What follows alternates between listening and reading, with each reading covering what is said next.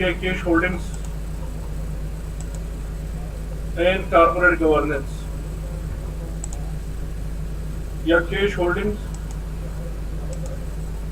and ownership concentration।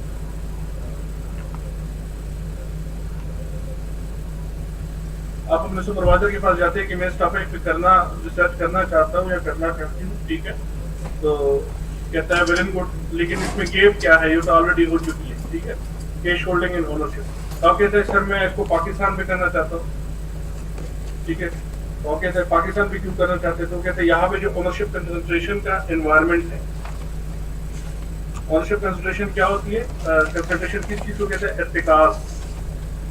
Ownership like for example हम कहते हैं कि दुनिया की दौलत का जो इर्तिकाज है वो 1% इंडिविजुअल्स के पास है, मतलब दुनिया की जो दौलत है वो 1% इंडिविजुअल ने कब्जे में ले रखी है, ठीक है ना। तो इसी तरह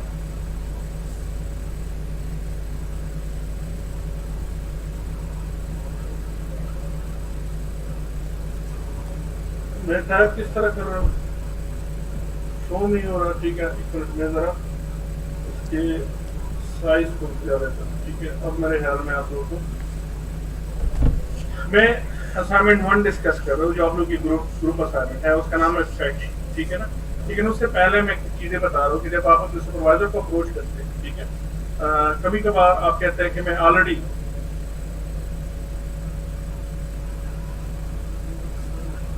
अच्छा मेरी स्क्रीन दूसरी शेयर हुई है, ठीक है, आई अंडरस्टैंड, अभी मुझे समझ आ गया, ठीक है, मैं स्टॉप शेयर कर लेता हूँ, ठीक है, अब मैं शेयर स्क्रीन कर लेता हूँ, ठीक है, आपका मोस्ट प्रोबेबली आप जो है नजर आ जाएगी, ठीक है।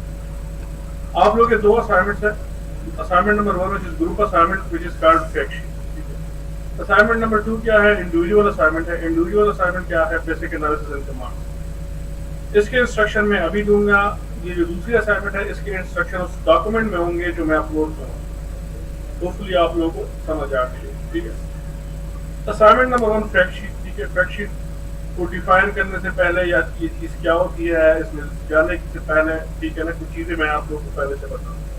जब आप अपने सुपरवाइजर को अप्रोच करते हैं सबसे पहले वो आपसे पूछता है कि ऑलरेडी आप किसी एरिया पे काम तो कर तो नहीं रहे, या आपके जहन में कोई आइडिया तो नहीं है, ठीक है। वो जो सुपरवाइजर होता है वो जिन चीजों में परखता है आपकी स्टडी को, वो नॉर्मली दो चीजें होती है। First of all innovation of study, दूसरा क्या, डेटा अवेलेबिलिटी, ठीक है। अब आप कहेंगे डेटा अवेलेबिलिटी ये कोई बड़ी इंपॉर्टेंट चीज तो नहीं है, ऑब्वियसली हमारे मार्केट में ये इंपॉर्टेंट है, हमारी इकोनॉमी डॉक्यूमेंटेड नहीं है, ठीक है। अगर डॉक्यूमेंटेड नहीं है तो ऑब्वियसली बहुत सारा डेटा जो होगा डॉक्यूमेंटेड नहीं होगा, ठीक है ना। और हमारा ज्यादातर काम क्या है, सेकेंडरी डेटा पे काम है, ठीक है। सेकेंडरी डेटा क्या होती है, जो फर्स्ट हैंड नहीं होती, जो ऑलरेडी पब्लिश डेटा है, ठीक है ना। हमारे रिसर्च में डेटा अवेलेबिलिटी का बहुत प्रॉब्लम होता है, ठीक है। तो आपका जो सुपरवाइजर है वो नॉर्मली इन दो चीजों पे आपका जो टॉपिक है वो नॉर्मली क्या पाकिस्तान में, ठीक है ना, उसको क्या करता है, परखता है, उसको देखता है, ठीक है। अब फॉर एग्जाम्पल आप अपने सुपरवाइजर के पास गए कि cash holding and ownership consideration पे मैं काम करना चाहता हूँ या करना चाहता हूँ। ऑब्वियसली अब ये कौन सा टॉपिक है, डेवलप वर्ल्ड में बहुत काम हुआ है, ठीक है।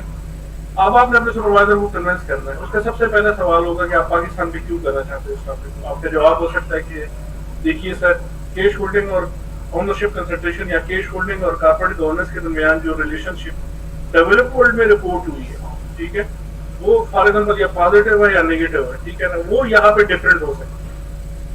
तो सुपरवाइजर आपसे पूछता है किस तरह डिफरेंट हो सकती है, आप सुपरवाइजर को कन्विंस कराते हैं कि यहाँ पे जो ओनरशिप कंसंट्रेशन है और कॉर्पोरेट गवर्नेंस के जो फैक्टर्स है या पैरामीटर्स है वो डेवलप वर्ल्ड से डिफरेंट है। फॉर एग्जाम्पल यहाँ पे फैमिली ओनरशिप ज्यादा है,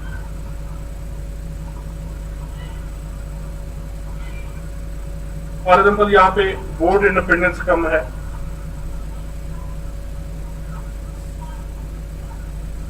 ठीक है। यहाँ पे जो फ्रीक्वेंसी ऑफ बोर्ड मीटिंग है, ठीक है, बोर्ड मीटिंग है जिसमें सारे शेयर होल्डर्स को भी इनवाइट किया गया है, फ्रीक्वेंसी ऑफ बोर्ड मीटिंग वो लेस है, ठीक है, as compare to development. So there is a possibility कि जो रिलेशनशिप यहाँ पे एस्टेब्लिश हुई है कॉर्पोरेट गवर्नेंस और कैश होल्डिंग या कैश होल्डिंग और ओनरशिप कंसिडरेशन के बारे में, ठीक है ना, वो डिफरेंट हो सकती है, ठीक है ना। अब फॉर एग्जाम्पल ये तो वो केस था जब आपके पास टॉपिक था या आप किसी एरिया पे काम कर रहे, ठीक है, आप अपने सुपरवाइजर के पास गए, ठीक है ना। यहाँ पे आप उसको कन्विंस कर भी सकते हैं, नहीं भी कर सकते, ठीक है। फॉर एग्जाम्पल आपने उसको कन्विंस नहीं किया या कन्विंस नहीं कर सकते थे या आपके पास टॉपिक नहीं था, तो आपके पास जो दूसरा स्टेप होता है वो फैक्ट शीट होता है। फैक्ट शीट बेसिकली क्या है, ठीक है ना। फैक्ट शीट बेसिकली अगर मैं इन अ नटशेल या लेमन के लैंग्वेज में बात करूं, ये एक टेबल सा है, ठीक है। Fact sheet is a table, ठीक है। और इसमें नॉर्मली आप सुपरवाइजर के पास कुछ ब्रॉडर एरियाज के बारे में क्या करते हैं, टॉपिक्स लेके जाते हैं, लेकिन वो एक खास ऑर्डर में या खास टिबुलेटेड फॉर्म में लेके जाते हैं, ठीक है। और उसका नाम होता है फैक्ट शीट, उसके कुछ कॉलम्स होते हैं, ठीक है ना। फॉर एग्जाम्पल उसका एक कॉलम होता है टाइटल, ठीक है। अब फैक्ट शीट में होता क्या है, fact sheet is a collection of topics related to a specific discipline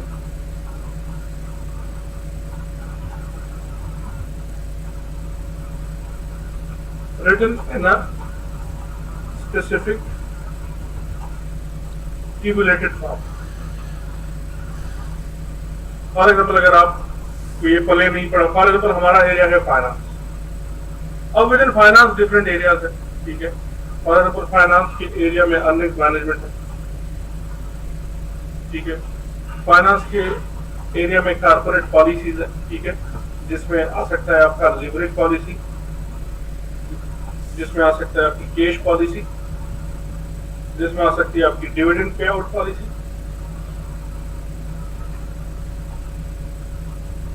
ठीक है। Fact sheet is a collection of topics related to a specific discipline. Discipline क्या है, फाइनेंस। अब फाइनेंस के स्पेसिफिक एरियाज है, विद इन फाइनेंस कुछ specific area जैसा earning management होता है, जिस तरह आपकी कारपोरेट पॉलिसी, लिवरेज पॉलिसी हो गई, कैश पॉलिसी हो गई, डिविडेंड पॉलिसी हो गई। इसी तरह industry competition and it's implications for corporate policy. या अगर मैं सिंपल इसको ब्रॉडर एरिया नाम दे दूं, इंडस्ट्री कंपटीशन एंड फॉर्म, कि फॉर्म की जो डिसीजन मेकिंग है वो इंडस्ट्री कंपटीशन से किस तरह इफेक्ट हो सकती है, ठीक है। इसी तरह कारपोरेट गवर्नेंस एक ब्रॉडर एरिया है, ठीक है। विद इन कारपोरेट गवर्नेंस हम इसको फर्म लाइफ साइकिल के साथ आर्टिकुलेट कर सकते हैं। For example firm life cycle, एक फर्म किस लाइफ साइकिल स्टेज में है, इंट्रोडक्शन में है, ग्रोथ में है। हम नॉर्मली देखते हैं जब आप इंट्रोडक्शन में होते हैं, देयर इज अ पॉसिबिलिटी कि आप कारपोरेट गवर्नेंस को थोड़ा सा रिलैक्स कर दें, क्योंकि आप ग्रोथ की तरफ जा रहे हैं, ठीक है ना।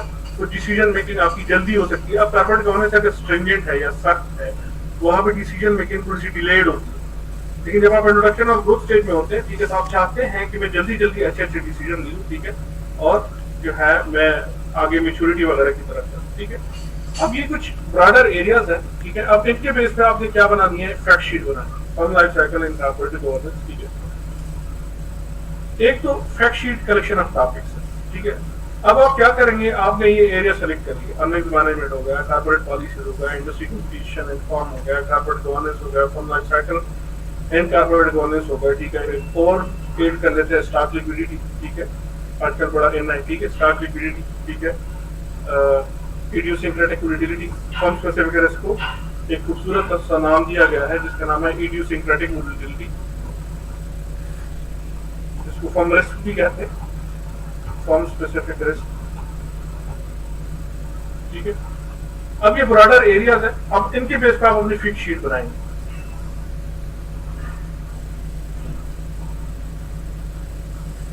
जी, क्रिप्टो करेंसी हो गया, ठीक है। क्रिप्टो करेंसी में सबसे बड़ा मसला ये है कि एक तो वेल एस्टेब्लिश्ड डेटाबेसेस नहीं है जिन पे हम रिलाय कर सके, फॉर एग्जाम्पल कि इनका डेटा, ठीक है ना। नॉर्मली आप जब अपना रिसर्च लिखते हैं तो डेटा कलेक्शन में वहां पे आप डेटा सोर्स भी देते हैं कि फॉर एग्जाम्पल किस डेटा बेस से मैंने क्या लिया हुआ है, डेटा जो है लिया हुआ है। वेल एस्टेब्लिश्ड से मेरी मुराद रिलायबल डेटा सोर्सेज नहीं है, ठीक है ना। फॉर एग्जाम्पल अगर इन सारी चीजों के बारे में हम बात कर ले तो हमारे पास बड़े बड़े डेटाबेसेस आ जाते हैं, जिस तरह डेटा स्ट्रीम हो गया, जिस तरह ब्लूमबर्ग हो गया, ठीक है, जिस तरह कंप्यूट स्टेट हो गया, ठीक है, तो जिस तरह सीस्मा China stock market and regulatory जो उनका डेटाबेस है, ठीक है, वो हो गया, ठीक है। अब ये सारी चीजें जो है मैटर करती है। यू हैव टू रिपोर्ट कि आपने डेटा से कहाँ से लिया हुआ है, ठीक है। इंडीड सबसे बेहतरीन डेटा हैंड कलेक्टेड डेटा, ठीक है। मतलब हैंड कलेक्टेड डेटा क्या है कि आप किसी कंपनी के एनुअल रिपोर्ट में गए, आपने खुद एक एक चीज जो है वहां से एक्सट्रैक्ट। बाकी आपके पास डेटाबेसेस है, फिर डेटाबेसेस की भी अपनी रिलायबिलिटी, ठीक है। अच्छा, ये आपने एरिया सेलेक्ट कर लिए, earning management, corporate policies, leverage की डिविडेंड, ठीक है, उसकी डिटरमिनेंट या whatever, industry competition, inform, corporate governance. अब इन्हीं एरिया के बेस पे आपने फैक्ट शीट बनानी है, ठीक है। फैक्ट शीट आप किस तरह बनानी है, ठीक है। फॉर एग्जाम्पल में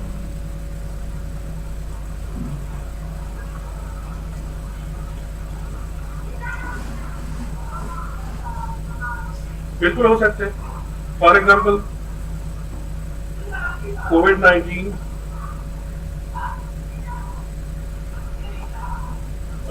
affecting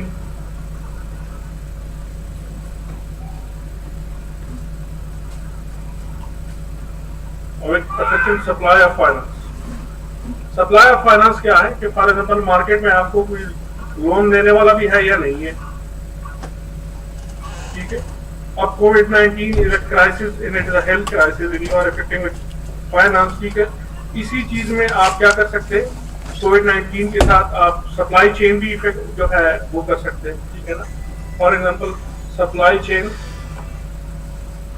अफेक्टेड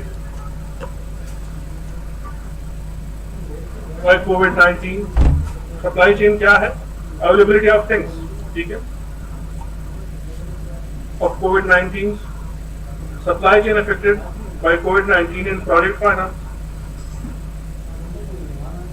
आपके जो प्रोजेक्ट फाइनेंशियल डिसीजन थे, ठीक है, आपने जो पहले से मास इकट्ठा हुआ किया हुआ था और उसको आपने यूज करना था, but because of supply chain affected by COVID-19 वो किस तरह आपके जो फाइनेंशियल उसकी जो इम्प्लीकेशन है, ठीक है। तो आप मुख्तलिफ इंटरडिसिप्लिनरी इसकी बड़ी जो है वर्क है, अगर आप दो डिसिप्लिन को क्या करते हैं, इकट्ठा करते हैं। अच्छा, अब आपने एरिया सेलेक्ट कर लिया, अब एनी एरिया के बेस पे आपने फैक्ट शीट बनानी है, ठीक है। उसमें मुख्तलिफ काम हो सकते हैं। सरदार अरसलान इलियास बेटा, अब अपना ये जो वीडियो है ये बंद कर दे,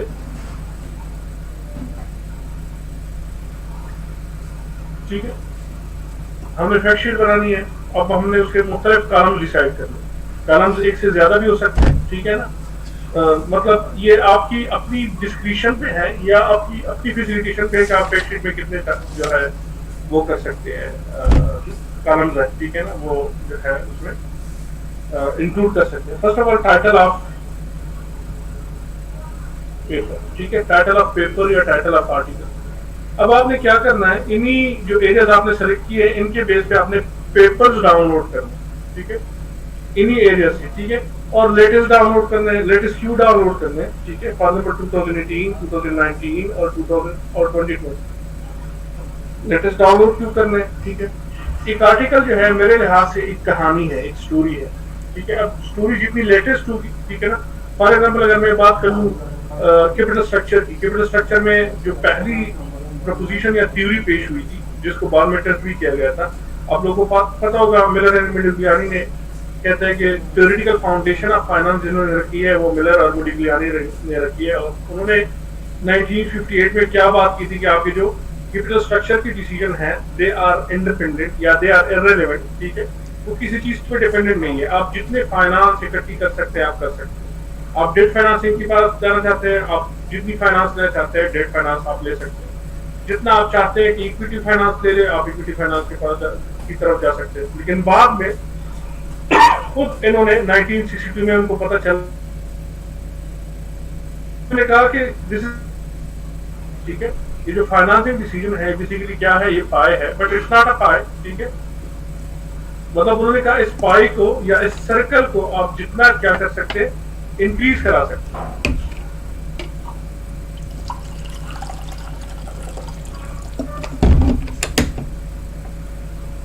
ठीक है, उन्होंने कहा कि this is just like a pie, इसको आप दो हिस्सों में डिवाइड कर ले, इक्विटी और फाइनेंस, और जितना आप ले सकते हैं। लेकिन बाद में उन्हें पता चला कि जब वो रियल वर्ल्ड में आए कि this is not the case, ठीक है, क्योंकि जितना ज्यादा आप डेट लेंगे फिर उसके आपके अपनी इम्प्लीकेशन है, जितना ज्यादा आप इक्विटी लेंगे उसके अपनी इम्प्लीकेशन है, इश्यूज है, ठीक है।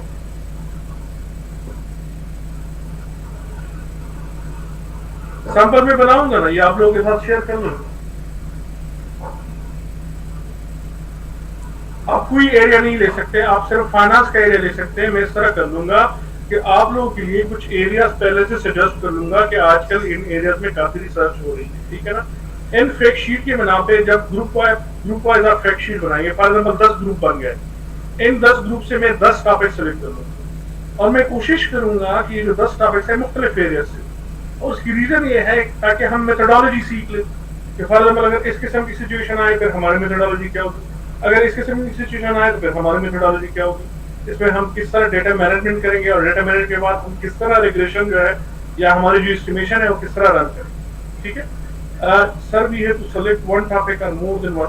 आप इन एरियाज में 4-4, 5-5 आर्टिकल जो है वो ढूंढेंगे, ठीक है ना। फॉर एग्जाम्पल पहला क्या है, अर्निंग मैनेजमेंट है, तो अर्निंग मैनेजमेंट से आप क्या करेंगे, 5 आर्टिकल 2018, 2019, 2020 के क्या कर लेंगे, डाउनलोड कर लेंगे, ठीक है, एज अ ग्रुप। इसी तरह अगर कॉर्पोरेट पॉलिसी, लिवरेज, कैश और डिविडेंड के लिहाज से 4-5 जो है आर्टिकल्स डाउनलोड कर लेंगे। इसी तरह इंडस्ट्री कंपटीशन से रिलेटेड 4-5 आर्टिकल्स डाउनलोड कर लेंगे, ठीक है। अब वो आर्टिकल्स आपने मुझे प्रोवाइड करने, ठीक है, वो आपने मुझे किस फॉर्म में प्रोवाइड करने, ठीक है ना। First of all title of paper, ठीक है, कि पेपर का टाइटल क्या है। अच्छा, और दूसरी बात, आप घरों में हैं, आप लोग के पास जो है क्या कहते हैं, क्या नाम होता है, आप लोगों के पास लाइब्रेरी का एक्सेस नहीं होगा, जो डिजिटल लाइब्रेरी है, ठीक है। तो आप क्या करके, फॉर एग्जाम्पल ये वेबसाइट मैंने ओपन की, स्काई, ठीक है, deshhub.tw, ठीक है, जो मैं आप लोग के साथ शेयर भी कर लूंगा, ठीक है ना। इसमें मैं कोई भी टॉपिक जो है फॉर एग्जाम्पल दे सकता हूँ, ठीक है ना। या फॉर एग्जाम्पल मैं गया, ठीक है,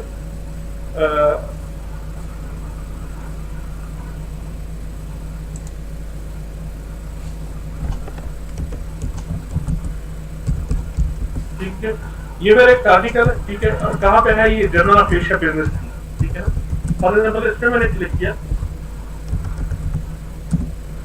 ठीक है, यहाँ पे मैं आता हूँ, यहाँ पे मैंने क्या किया,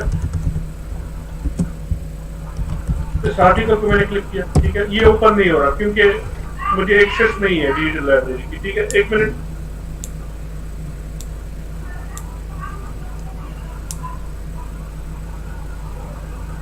अच्छा, एक मिनट, ठीक है, समझ आ गई, ठीक है। मैं सारे कंप्यूटर को मैं शेयर कर देता हूँ, शेयर स्क्रीन, ठीक है।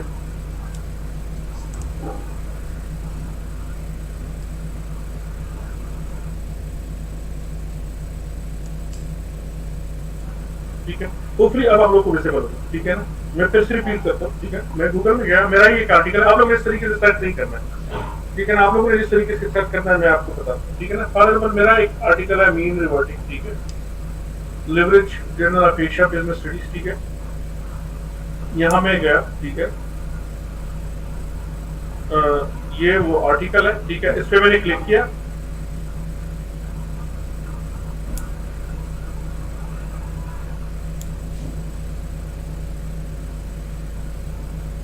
सलमान अली यूनिवर्सिटी ऑफर करती है, आप लाइब्रेरी से पूछ ले, ठीक है ना, वो बिल्कुल आपको ऑफर करती है। आप अपने घर में बैठ की भी जो है वो डाउनलोड कर सकते हैं, but you have to contact this library, ठीक है ना, जो हमारी यूनिवर्सिटी की लाइब्रेरी है, ठीक है, और उनका जो भी एडमिन है व्हाटएवर, ठीक है। अच्छा, मैं इस आर्टिकल पे गया, ठीक है, this article is not can not be open, ठीक है ना। इसमें सिर्फ क्या दिया गया है, इसका जो एब्स्ट्रैक्ट है, ठीक है ना। अब मैंने क्या करना है, इसको यहाँ से डाउनलोड करना है, ठीक है। मैंने क्या किया, इस पे क्लिक किया, कॉपी, ठीक है, यहाँ पे मैंने इसकी यूआरएल को क्या किया, पेस्ट किया, ठीक है। अब यूआरएल के बाद मैंने ओपन भी किया, ठीक है, इट इज स्टिल नॉट जो है रीचेबल, ठीक है ना, मतलब मैं इसको स्टिल एक्सेस नहीं कर सकता, ठीक है ना। मे बी जो डेटाबेस स्काई हब का है उन्होंने अभी तक इस चीज को इंक्लूड नहीं किया, ठीक है ना। या अगर यहां से नहीं हुआ, ठीक है,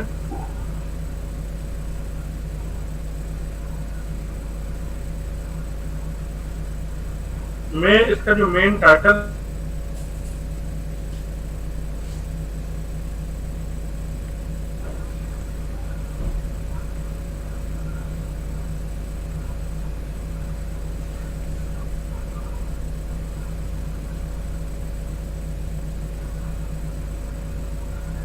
इसका टाइटल जब मैंने क्या किया, इसमें इंक्लूड किया, तो क्या हुआ, अब ये डाउनलोड हो सकता है। ठीक है, यहाँ पे डाउनलोड का जो है साइन आ जाएगा।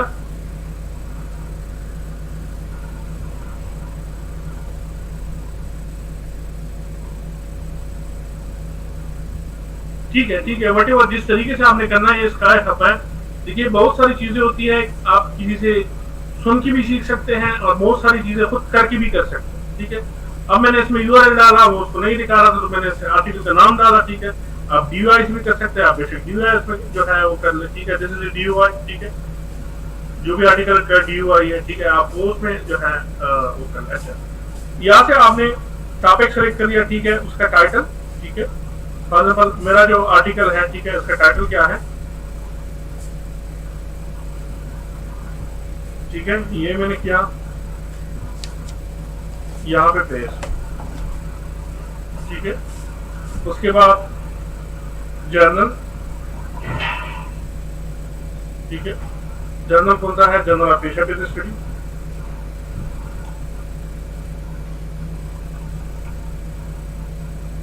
जर्नल के बाद, ठीक है, उसका उसके मेन हाइपोथेसिस कि क्या हाइपोथेसिस। ठीक है, हाइपोथेसिस के बाद उसका मॉडल। ठीक है, अब ये बड़ी इंपॉर्टेंट चीज है। ठीक है, मॉडल क्यों इंपॉर्टेंट चीज है, मॉडल को आप बड़ा डिटेल जो है वो शो करते हैं। उसकी रीजन ये है कि मॉडल में जो आपकी वेरिएबल्स है, ठीक है, वो मौजूद है कि नहीं है। फॉर एग्जाम्पल आपके मॉडल में एक वेरिएबल था स्टॉक लिक्विडिटी। ठीक है, अब स्टॉक लिक्विडिटी के 3-4 मेजर है। ठीक है, फॉर एग्जाम्पल आपने जो मेजर यूज किया है,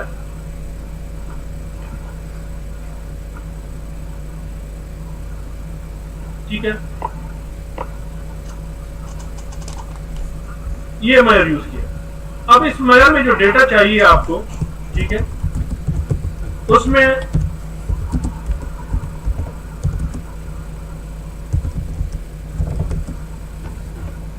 इंट्राडे डेटा चाहिए। इंट्राडे डेटा चाहिए क्या कैसा है, ठीक है ना, फॉर एग्जाम्पल जब स्टॉक मार्केट ओपन हुआ तो स्टॉक की प्राइस क्या थी, जब 1 घंटा गुजर गया उसके बाद प्राइस क्या थी। ठीक है ना, जब स्टॉक में लंच ब्रेक हुआ उस टाइम, स्टॉक एक्सचेंज में लंच ब्रेक हुआ उस टाइम स्टॉक प्राइस क्या थी। ठीक है, लंच ब्रेक के बाद जब फिर ओपन हुआ फिर स्टॉक की प्राइस क्या थी। ठीक है ना, अब ये डेटा हमारी इकोनॉमी में अवेलेबल नहीं है। ठीक है, यहाँ पे मॉडल में जब आप मॉडल, यहाँ पे जो इक्वेशन है, जो मैथमेटिकल इक्वेशन होती है हर पेपर में, ठीक है, यहाँ पे आपने वो कॉपी करना है। ठीक है, और उसकी कॉपी करने की मेन रीजन ये है कि आपका जो सुपरवाइजर है वो समझे कि इसमें जो वेरिएबल यूज हुए, और स्टॉक लिक्विडिटी का कोई वेरिएबल यूज हुआ है, ठीक है ना, और वो उसको देख ले और वहां पे उसको पता चले कि this is basically using intraday data. अब यहाँ पे एक इशू है, इशू ये है कि हमारे मुल्क में इंट्राडे डेटा अवेलेबिलिटी बहुत मुश्किल है। सो फॉर दिस रीजन आप अपने फैक्ट शीट में मॉडल, ठीक है, और मॉडल के साथ वेरिएबल डिस्क्रिप्शन। ठीक है, वेरिएबल डिस्क्रिप्शन क्या होती है कि इसमें जो डीवी है, इसमें जो आईवी है, इसमें जो कंट्रोल्स है, ठीक है, उनको मेजर किस तरह किया गया है बेसिकली। ठीक है, and what is the reason, again the reason is the same, to know कि आपका जो एक वेरिएबल है वो कैलकुलेट किस तरह हुआ है। जिस तरह मैंने कहा था कि आपका सुपरवाइजर इनोवेशन के साथ साथ उसकी इस मार्केट में सबसे बड़ी जो वरी है वो क्या है, डेटा अवेलेबिलिटी। वेरिएबल डिस्क्रिप्शन के बाद उसकी जो मेन फाइंडिंग है, ठीक है, बेसिक आप बुलेट फॉर्म में ले लें। ठीक है, फाइंडिंग नंबर 1, फाइंडिंग नंबर 2। ठीक है, लास्ट में हर पेपर की कंक्लूजन के आखिर में देयर इज ए पॉसिबिलिटी की future research direction. What is future research direction? ठीक है, कि हमने जो काम किया है इसको इन एरियाज में एक्सटेंड किया जा सकता है। ठीक है, फॉर एग्जाम्पल मेरा काम था mean reverting leverage policy in China, theory and evidence from industrial and sectoral level unit analysis. ठीक है, यहाँ पे मैंने इंडस्ट्रीज और सेक्टर्स को देखा था। ठीक है, आप फर्दर उन्हें कह सकते हैं कि भाई अगर हम इसको फाइनेंशियल फर्म की तरफ लेके जाए, यहाँ पे सारा जो मैंने काम किया है नॉन फाइनेंशियल फर्म किया, तो ये एक एक्स्ट्रा रिसर्च डायरेक्शन हो गई। या फॉर एग्जाम्पल आप उन्हें कह दें कि अगर हम इसमें एक और वेरिएबल इंक्लूड कर लें, ठीक है, तो ये सारी चीजें आपने क्या करनी है, प्रोवाइड करनी है। और आप लोगों का एज ए ग्रुप जो काम होगा आपने हर एरिया से, ठीक है ना, फॉर एग्जांपल मैं यहाँ पे एक और जो है रो इंसर्ट कर दूं, ठीक है, यहाँ पे ये जो पर्टिकुलर टॉपिक्स होंगे, ठीक है ना, फॉर एग्जांपल टॉपिक नंबर 1, ठीक है, it will be related to corporate policies, ठीक है। तो कॉर्पोरेट पॉलिसी से रिलेटेड मैं क्या कर लेता हूँ, फॉर एग्जांपल आर्टिकल, इसको फर्दर मैं नाम लेता हूँ आर्टिकल ए, फिर आर्टिकल बी, फिर आर्टिकल सी, फिर आर्टिकल डी, फिर आर्टिकल ई, ये 5 आर्टिकल हो गए। फिर मैं दूसरे एरिया में जाता हूँ, ठीक है, फॉर एग्जांपल दूसरा एरिया हो सकता है अर्निंग्स मैनेजमेंट, ठीक है, फिर अर्निंग्स मैनेजमेंट से इसी तरह 5 आर्टिकल्स 1 2 3 4, ठीक है। और ये क्या है basically, this is how you build your fact sheet, ठीक है। फैक्ट शीट जो है एक तो आपको ये बता देता है कि आजकल जो हॉट एरियाज है, हॉट एरिया मीन की जिसमें ज्यादा रिसर्च हो रही है, वो कौन कौन से, और इसके अलावा हम किस एरिया में जा सकते हैं, keeping in view all the factors ranging from innovation to data availability, ठीक है। ये हो गया। यहां तक बेटा किसी का कोई सवाल हो?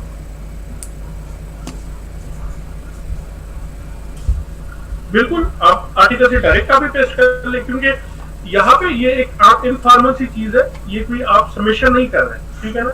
ये एक तरीका है कि आपने अपने सुपरवाइजर को फिर अपलोड किस तरह करना है, या आपने अपने लिए टॉपिक किस तरह सेलेक्ट करना है। बेहतरीन जो तरीका है मेरे लिहाज से, जब मैं अपने स्टूडेंट को देखता हूँ, वही फैक्ट शीट है कि वो खुद पढ़ के, ठीक है, खुद आर्टिकल देख के मेरे पास लेके आते हैं। उनमें से हम, ऐसा भी हो सकता है कि फॉर एग्जाम्पल किसी स्टूडेंट ने 20 आर्टिकल लेके आए, उन 20 आर्टिकल से हम 4-5 टॉपिक सेलेक्ट करना, ठीक है। टॉपिक खुद चूज कर सकते हैं, लेकिन कुछ एरियाज है जो मैं आप लोगों को सजेस्ट करूंगा, और उसकी रीजन ये है कि मैं चाहता हूँ कि फाइनेंस के मुख्तलिफ एरिया से अगर हम टॉपिक सेलेक्ट करेंगे और मुख्तलिफ टॉपिक पे हम जब एनालिसिस रन करेंगे, तो हमारे पास डाइवर्सिटी आ जाएगी। उस डाइवर्सिटी का सबसे बड़ा फायदा ये होगा कि हम मुख्तलिफ सिचुएशन में एनालिसिस कर सकेंगे, ठीक है ना। फॉर एग्जाम्पल अगर कहीं पे आपने कंपटीशन मेजर करना है, तो आपको पता होगा कंपटीशन किस तरह मेजर होती है। कहीं आपने स्टॉक लिक्विडिटी मेजर करनी है, आपको पता होगा स्टॉक लिक्विडिटी किस तरह मेजर करनी है। कहीं अर्निंग्स मैनेजमेंट का जोन्स मॉडल है, वो किस तरह कैलकुलेट होता है, आपको पता होगा, ठीक है। तो ये सारी वीडियोस भी आपके पास होगी, और हम जब एनालिसिस करेंगे हर एक एरिया में, ठीक है, आप लोग को इसका फायदा क्या होगा कि आप मुख्तलिफ जो एरियाज है उसमें से आप क्या हो जाएंगे, यूज हो जाएंगे, ठीक है ना। आपको इश्यूज नहीं आएंगे, मतलब आप जब आप रियल टाइम रिसर्च में जाएंगे, जब आप थीसिस की तरफ जाएंगे, ठीक है ना, थीसिस में कोई भी सिचुएशन आ सकती है। फॉर एग्जाम्पल कुछ टॉपिक्स होंगे जिसमें speed of adjustment of cash या speed of adjustment of leverage आपने कैलकुलेट करना होगा, कि जब ये कॉर्पोरेट पॉलिसीज जो होती है, ये ऑप्टिमल पॉलिसी की तरफ किस तरह आती है, ठीक है। कहीं पे आपने जो है जोन्स मॉडल की बजाय कुटानी मॉडल यूज करना होगा, लेकिन जब आपको बेसिस का पता होगा, आप सिर्फ क्या करेंगे, मॉडिफाई करके चीजों को आप अपना जो ऑब्जेक्टिव है वो हासिल कर सकेंगे। जी मोहम्मद इस्माइल रफी। सर मेरा कुछ नहीं है कि अभी डाटा की आप बात कर रहे हैं, तो हम फॉरेन कंपनीज का भी ले सकते हैं जब आपके हमें असाइनमेंट देंगे, या नहीं पाकिस्तान से ही? मैं डेटा कलेक्शन की बात नहीं कर रहा सबसे पहले, ठीक है। आप लोग का पहला काम क्या है, एज ए ग्रुप आप लोगों ने फैक्ट शीट बनानी है। फॉर एग्जाम्पल 10 ग्रुप ने मुझे एक फैक्ट शीट दी, उन फैक्ट शीट से मैं 10 टॉपिक सेलेक्ट करूँ जो हर एक ग्रुप का टॉपिक होगा। फॉर एग्जाम्पल आपने जो मुझे, आप लोग के ग्रुप ने जो मुझे 20 आर्टिकल सेंड किए, उनमें से मैंने अर्निंग्स मैनेजमेंट से कोई रिलेटेड टॉपिक जो है वो सेलेक्ट कर लिया, ठीक है। अब आपका ग्रुप उस टॉपिक पे काम करेगा, आपका ग्रुप उससे रिलेटेड डेटा जो है वो कलेक्ट करेगा, आपकी जो एनालिसिस होंगे उससे रिलेटेड हो, ठीक है। जब ये एरियाज मेरे पास आ जाएंगे, हम 10 टॉपिक सेलेक्ट कर लेंगे। इन 10 टॉपिक पे जब हम एनालिसिस रन करेंगे, तो हमारे पास वाइड रेंज या वाइड वैरायटी आ जाएगी, ठीक है। तो आइंदा जब आप जाएंगे तो मोर देन वन एरिया पे आप काम कर सकेंगे, ठीक है। तो बेसिक पर्पज ये है।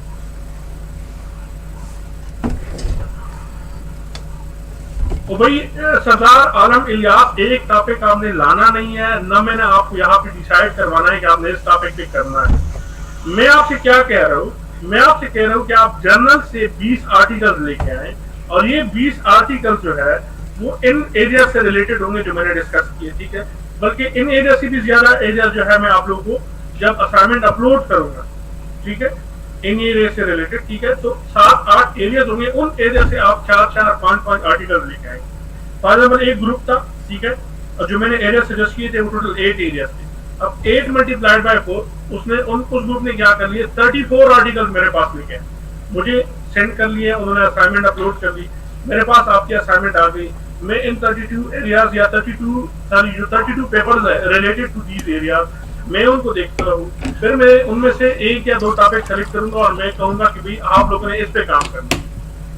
फिर दूसरा ग्रुप आता है, उसके मैं 32 आर्टिकल देता हूँ, देखता हूँ, मैं कहूंगा कि आप लोगों ने इन टॉपिक्स पे काम करना। अभी हमने कोई टॉपिक सबमिट नहीं किया, अभी आपका जो टास्क है वो सिर्फ जाके आपने आर्टिकल्स लेके आना, ठीक है, ये काम है आपका। अच्छा, ये बेसिक जो है फॉर्मेट होगा जो मैं आप लोगों के साथ शेयर करूंगा कि आप लोगों ने इस किस्म की जो है स्प्रेडशीट बनानी है। अच्छा, दूसरी बात, जर्नल कौन सा आपने सिलेक्ट करना है, ठीक है, याद रखें मैं किसी भी ऐसे आर्टिकल को एक्सेप्ट नहीं करूंगा कि अगर वो इन पब्लिशर का जर्नल ना हो। पब्लिशर कौन होते हैं, फॉर एग्जाम्पल मैंने अभी जो आर्टिकल बोला वो एमराल्ड था। एमराल्ड क्या है, एक पब्लिशर है जो मुख्तलिफ जर्नल पब्लिश करता है। इसी तरह 4-5 जो फेमस जो मशहूर पब्लिशर है उनमें मैं आप लोगों की सजेस्ट करता हूँ। वो सजेस्ट क्यों करते हो, क्योंकि उनके जो जर्नल है वो क्या है, प्रिडेटरी नहीं है, वो जेन्युइन है। बाय जेन्युइन आई मीन वो रजिस्टर्ड है, वो किसी खास ऐसे इंटरनेशनल जो स्टैंडर्ड्स हैं उनके मुताबिक है, ठीक है। इसके अलावा आप किसी और जर्नल से आर्टिकल लेके आएंगे, मैं उसको एक्सेप्ट नहीं करूंगा, ठीक है ना। सबसे जो थोड़ा सा हल्का पब्लिशर है, हल्का पब्लिशर आई मीन उसकी जो आर्टिकल है वो इतनी मुश्किल नहीं होते, वो एमराल्ड इनसाइट है, लेकिन उनकी जो जर्नल है वो सारे जो है इंटरनेशनली रिकॉग्नाइज्ड है, ठीक है। एमराल्ड इनसाइट के अलावा हमारे पास एल्सेवियर है, ठीक है। एल्सेवियर के अलावा टेलर एंड फ्रांसिस है, उसके अलावा हमारे पास जो है वायले है, ठीक है। वायले के अलावा स्प्रिंगर, सेज, ठीक है। ये पब्लिशर्स हैं, आपने इनके बारे में अब आपने सर्च किस तरह करना है। आप एल्सेवियर की वेबसाइट पे जाएंगे, अगर आपको एल्सेवियर की वेबसाइट का पता नहीं है, सिंपल आप उसको गूगल कर लें। गूगल करने के बाद आप उसमें एल्सेवियर खुल गया, ठीक है। एल्सेवियर में आप मुख्तलिफ एरियाज है, हमारा एरिया क्या है, सोशल साइंस, फिर सोशल साइंसेज में क्या है, मैनेजमेंट साइंसेज, फिर मैनेजमेंट साइंसेज में क्या है, फाइनेंस है, ठीक है। अब ये सब मैं आपको नहीं सिर्फ सिखाऊंगा, आपने एल्सेवियर पे जाके ढूंढने हैं कि अकाउंटिंग एंड फाइनेंस वाली कौन से करना है।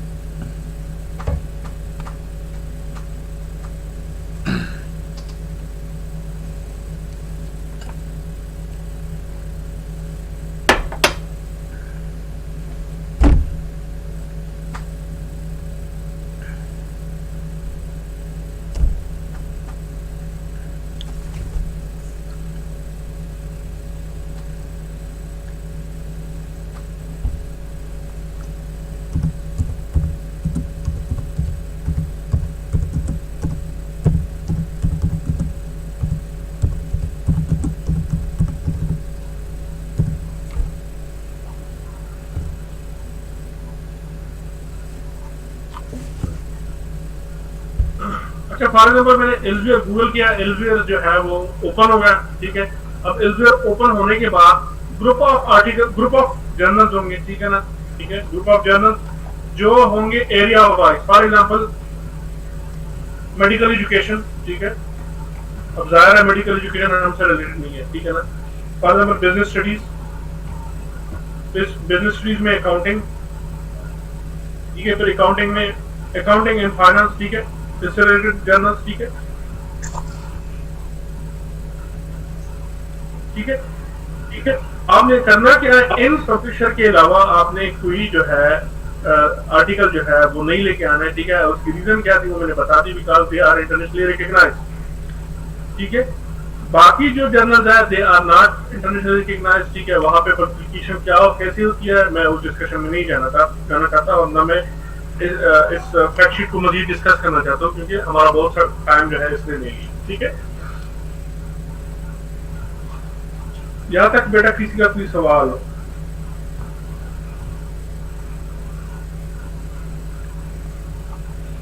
जी, किसी का कोई सवाल हो, किसी चीज की समझ नहीं हो, अगर किसी चीज को मैंने रिपीट करना हो, करूंगा मैं क्या, मैं आप लोग के लिए एरियाज भी सजेस्ट कर लूंगा, ठीक है ना। और फैक्ट शीट का ये जो फॉर्मेट है ये भी आप लोग के साथ शेयर करूंगा। आप लोगों ने नेक्स्ट वीक तक या नेक्स्ट वीक के एंड तक, ठीक है, मैं डेट दे दूंगा कि यहाँ तक एटलीस्ट आप लोग के पास 7-8 दिन होंगे उसको सर्च करने के लिए, ठीक है ना। वो मैं आप लोग को दे दूंगा। ये आप लोगों की क्या होगी, ग्रुप असाइनमेंट होगी। ग्रुप्स आप लोगों ने खुद बनाने हैं, ठीक है। हाँ, अगर किसी ने कहना है कि मैंने ग्रुप नहीं बनाना है, उसको भी जो है फ्रीडम है, अगर उसने ग्रुप नहीं बनाना है, ठीक है।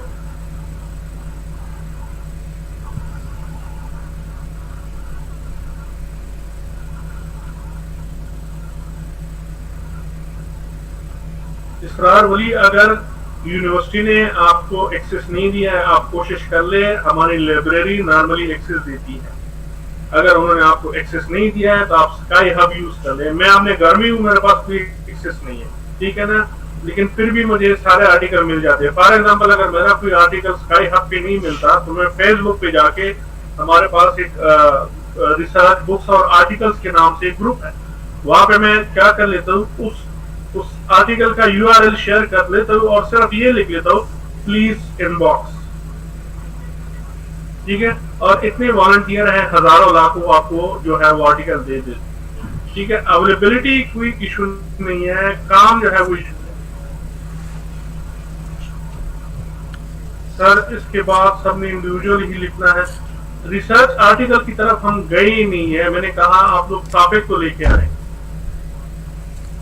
हम रिसर्च आर्टिकल लिखने की तरफ गए ही नहीं है, ठीक है। सबसे जो बेसिक स्टेप था कि आपने अपना टॉपिक सेलेक्ट कैसे करना है, ठीक है ना, उसके लिए मैंने एक तरीका आपको बता दिया, वो क्या है, फैक्ट शीट। फैक्ट शीट क्या है, आपने टॉपिक जो है अपने सुपरवाइजर के मशवरे पे उसके साथ मिलकर हमेशा कोशिश कीजिएगा कि नॉर्मली अपने सुपरवाइजर को बाईपास ना करें, ठीक है ना। He is a human being, ठीक है ना। फॉर एग्जाम्पल, आपका आर्गुमेंट हो सकता है कि सर फ्रीडम ऑफ एक्सप्रेशन हो सकता है, ये हो सकता है, ठीक है, हो सकता है, ठीक है ना, मैं इसे इनकार नहीं करता, ठीक है ना। But we are here in Pakistan, ठीक है। अगर हम पाकिस्तान में हैं या अगर हम साउथ एशिया में हैं, ठीक है ना, then you have to do such things, ठीक है। और मुझे पता है, अगर आप में से 56 स्टूडेंट्स हैं, मुझे पता है मेजॉरिटी में स्टूडेंट जो है उनको मोस्ट ऑफ द पब्लिशर्स का पता भी नहीं होगा, ठीक है। अब ये जो है ये बताने वाली चीजें हैं, ठीक है, कि बताई जाए स्टूडेंट्स को, और स्टूडेंट्स की एक आदत पड़ जाए कि भाई अगर फाइनेंस से रिलेटेड कोई रिसर्च है, मैंने कहा उसको ढूंढना है, ठीक है ना। अगर मैंने अपने लिए टॉपिक सेलेक्ट करना है तो मैंने किस तरह अपने लिए टॉपिक सेलेक्ट करना, ठीक है। और जाहिर है जब आप थीसिस की तरफ जाएंगे, आपने अपना टॉपिक अपने सुपरवाइजर के साथ उसकी कंसेंट के मुताबिक आपने सेलेक्ट करना है। उसके कंसेंट के लिए जरूरी है कि आपको ये टेक्टिक्स आते हो, ठीक है, या तो आपके पास अपना आप खुद किसी एरिया पे काम कर रहे हो। इस particular research in leaks and finance की क्लास के बाद आई एम वेरी होपफुल कि इंशाल्लाह आप लोग इसके काबिल हो जाएंगे कि आप लोग खुद से एनालिसिस रन कर सके, खुद से टॉपिक सिलेक्शन कर सके। But still if you are dealing with your supervisor, you have to follow these steps, ठीक है। आप लोग के पास ये आर्टिकल्स आ जाएंगे, ये आर्टिकल्स मेरे साथ शेयर कर लेंगे। लिखने का भी आप मैंने कुछ नहीं कहा। 10 ग्रुप्स है, फॉर एग्जांपल सपोज कर ले ऑन एवरेज एक ग्रुप मुझे 25 आर्टिकल प्रोवाइड है, 25 मल्टीप्लाइड बाय 10 ये कितना होता है, कोई 220 आते हैं मेरे ख्याल, ठीक, सॉरी 250 आते हैं। अब ये 250 आर्टिकल जो है, ठीक है, इन 250 आर्टिकल में मैं हर एक ग्रुप के लिए एक जो है टॉपिक सेलेक्ट कर लूंगा, और उसका लॉजिक क्या होगा, किन बेसिस पे मैं करूंगा, इन बेसिस पे मैं करूंगा, मैं कोशिश करूंगा कि फाइनेंस के मुख्तलिफ एरिया से टॉपिक सेलेक्ट कर लूँ, कि कल को अगर आप फाइनेंस के मुख्तलिफ एरियाज में रिसर्च को टैकल करेंगे, ठीक है, आप लोगों को पता होगा कि इसके लिए हमने क्या टेक्निक यूज करनी है, इसके लिए हमने किस तरह डेटा मैनेज करना, ठीक है। तो यहाँ तक जो है मैं ये जो फैक्ट शीट है इसका जो हिस्सा है यहाँ पे खत्म करता हूँ।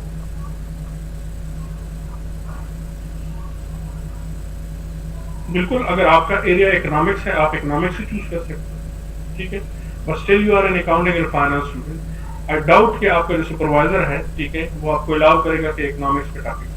हाँ, इस तरह भी हो सकता है कि आप इकोनॉमिक्स और फाइनेंस को मिला दें, ठीक है। फॉर एग्जाम्पल, अगर मैं इंडस्ट्री कंपटीशन की बात करती हूँ, अब इंडस्ट्री कंपटीशन प्योरली इकोनॉमिक्स की चीज है, ठीक है।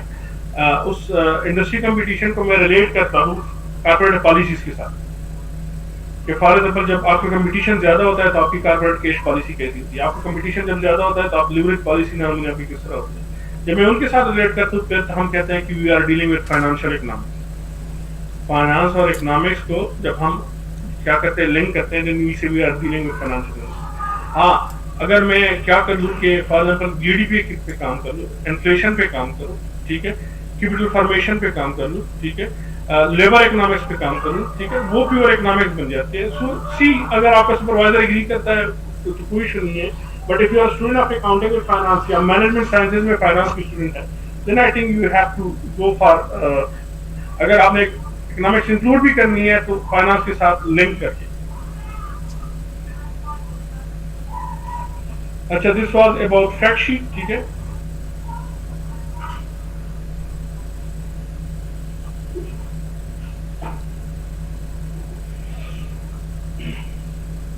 अच्छा, अभी हम अपने जो लास्ट टाइम हमने जो कुछ किया था, ठीक है ना, आप लोगों के पास इसकी जो प्रैक्टिस फाइल है वो मौजूद है आप लोगों के पास, ठीक है।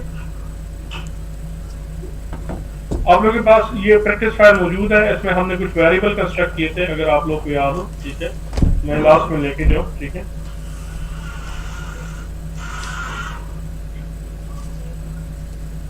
ये हो गया, ठीक है। हमारे पास कोड 457 था, हमारे पास ईयर था, लिवरेज था, साइज था, टेंजिबिलिटी, नेटवर्किंग कैपिटल, और हमारा जो मॉडल था वो बेसिकली क्या था, अगर किसी को याद हो, ठीक है।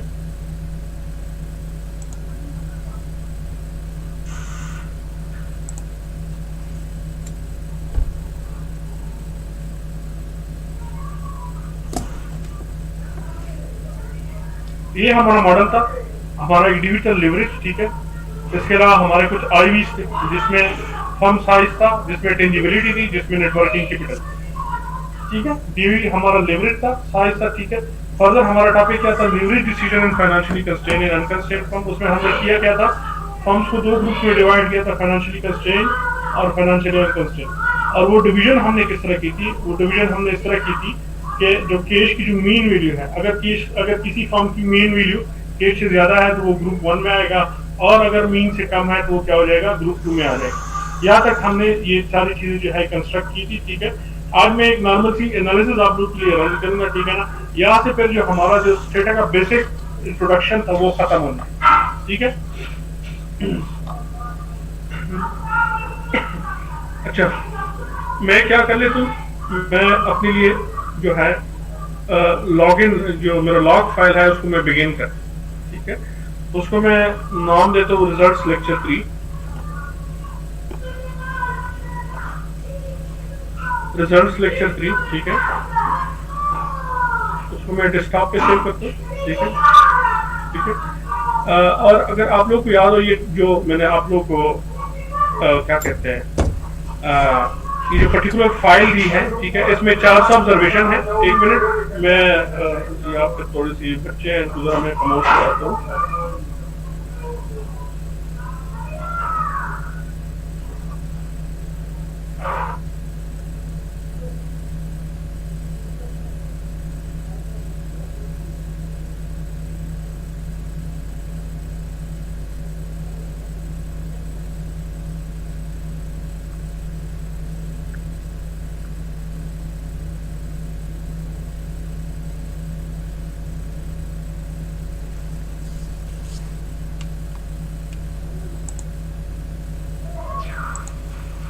जी, ये हमारा मेन जो था, जो वेरिएबल मैंने कंस्ट्रक्ट किया था, जो मैंने आप लोग को डेटा सेंड किया है, 400 ऑब्जर्वेशन है। अगर आप देखें तो इसमें वो जो ग्रुप 1 है वो गायब हो गए, ठीक है। हम एक नया तरीका सीखते हैं, ठीक है ना। फॉर एग्जाम्पल वो जो हमने डिवीजन की थी, किस चीज पे की थी, वो डिवीजन हमने मीन वैल्यू पे की थी, ठीक है। हमने दो ग्रुप्स में डिवाइड किया था कि मीन से अबव, मीन से बीलो, ठीक है। मैं क्या करता हूँ, एक्सट्रीम वैल्यूज लेता हूँ, ठीक है ना। एक्सट्रीम वैल्यू से मेरी मुराद क्या है, lowest, for example lowest cash holding और लार्जेस्ट कैश होल्डिंग। बीच में से जो डेटा है मैं उसको गायब करना चाहता हूँ, ठीक है। मैं दो एक्सट्रीम पे जाना चाहता हूँ। अगर मैं एवरेज पे चला जाऊँ तो मेरे पास दो ग्रुप बनते हैं, एक और 0। लेकिन मैं इससे भी एक्सट्रीम पे जाना चाहता हूँ, मैं चाहता हूँ कि मुझे वो ऑब्जर्वेशन मिल जाए जिसमें केस जो है वो लोवेस्ट हो और केस लार्जेस्ट हो, या वो ऑब्जर्वेशन जो मेरे पास केस जिसमें केस लोवेस्ट हो। मेरे पास क्या हो जो है बीच में से जो है अगर कोई डेटा है वो ना हो, ठीक है। अब जाहिर है नहीं, मैं आउटलायर की इसरार वाली बात नहीं कर रहा, मैं डेटा की डिवीजन की बात कर रहा हूँ कि डेटा को सबसे पहले जब मैंने फाइनेंशियली और कंस्ट्रेंट और अनकंस्ट्रेंट में डिवाइड किया था, वो डिवीजन मैंने किस तरह की थी? वो डिवीजन मैंने इस तरह की थी कि जो ऑब्जर्वेशन जिन ऑब्जर्वेशन का मीन से ज्यादा है केस उसको मैंने 1 कर दिया, और जिनका मीन से कम है उसका 0 कर दिया, ठीक है ना। अब जाहिर है इन दोनों ग्रुप्स में ऐसे फर्म्स होंगे जिनका केस मीन के करीब भी हो सकता है। फॉर एग्जांपल अगर मीन फॉर एग्जांपल किसी डेटा का 8 है, ऐसा भी हो सकता है कि इसमें 7 की वैल्यू, ठीक है, जो मीन से लोअर है। ऐसा भी हो सकता है इसकी 9 वैल्यू हो जो मीन से हायर है, ठीक है। लेकिन ये दोनों करीब तो है मीन के। फॉर एग्जांपल मेरी रिक्वायरमेंट्स क्या है कि मैं एक्सट्रीम वैल्यू ले लूं। फॉर एग्जांपल मीन से बहुत दूर एक वैल्यू 1 हो सकती है लोअर एंड पे, ठीक है, और हायर एंड पे क्या हो सकती है? फॉर एग्जांपल 18 हो सकती है, ठीक है। फॉर एग्जांपल हाईएस्ट वैल्यू ये हो गई, लोएस्ट वैल्यू ये हो गई। बीच में से जो वैल्यू है मैं इनको हटाना चाहता हूँ ताकि मेरे पास जो है प्योर फाइनेंशियली कंस्ट्रेंट और अनकंस्ट्रेंट फॉर्म आ, कि ये दोनों दो एक्सट्रीम पे है। नहीं, ये सॉर्टिंग और फिल्टरिंग ऑफ डेटा भी नहीं है, ठीक है ना। हमने 2 ग्रुप्स बनाए थे, अगर आप लोगों को याद हो, कि डेटा को कि एक नई डमी क्रिएट कर ले। हमने एक डमी वेरिएबल क्रिएट किया था, और वो डमी वेरिएबल क्या था कि भाई मेरा जो डेटा है उसको 2 हिस्सों में डिवाइड कर लो। किस तरह डिवाइड कर लो, ठीक है ना, या मेरे लिए एक डमी कंस्ट्रक्ट कर लो, मेरे लिए एक नया वेरिएबल कंस्ट्रक्ट कर लो जिसकी 2 वैल्यूज हो, एक वैल्यू इसकी 1 हो और दूसरी वैल्यू क्या हो, 0 हो, ठीक है। उन ऑब्जर्वेशन के सामने 1 आ जाएगा जिनका केस मीन से ज्यादा है, उन ऑब्जर्वेशन के सामने 0 आ जाएगा जिनका केस मीन से कम है। क्योंकि अगर केस मीन से ज्यादा है तो इसका मतलब है वो फाइनेंशियली अनकंस्ट्रेंट फॉर्म है, इनके जो रिसोर्सेज है वो ज्यादा है। अगर केस मीन से कम है, यहाँ पे अगर केस मीन से ज्यादा है तो फाइनेंशियली अनकंस्ट्रेंट या उनकी फाइनेंशियल डिस्टर्बेंसेस कम है, और अगर केस मीन से कम है तो वहां पे फाइनेंशियली कंस्ट्रेंट है या उनकी फाइनेंशियल डिस्टर्बेंसेस ज्यादा है, ठीक है। एक तो हमने ये डिवीजन की थी। इस डिवीजन के मुताबिक फॉर एग्जांपल अगर इस डिवीजन के मुताबिक मीन की वैल्यू 8 आई थी, ठीक है, सपोज कर लें मीन की वैल्यू मेरे पास कितनी आई थी, 8 आई थी, ठीक है।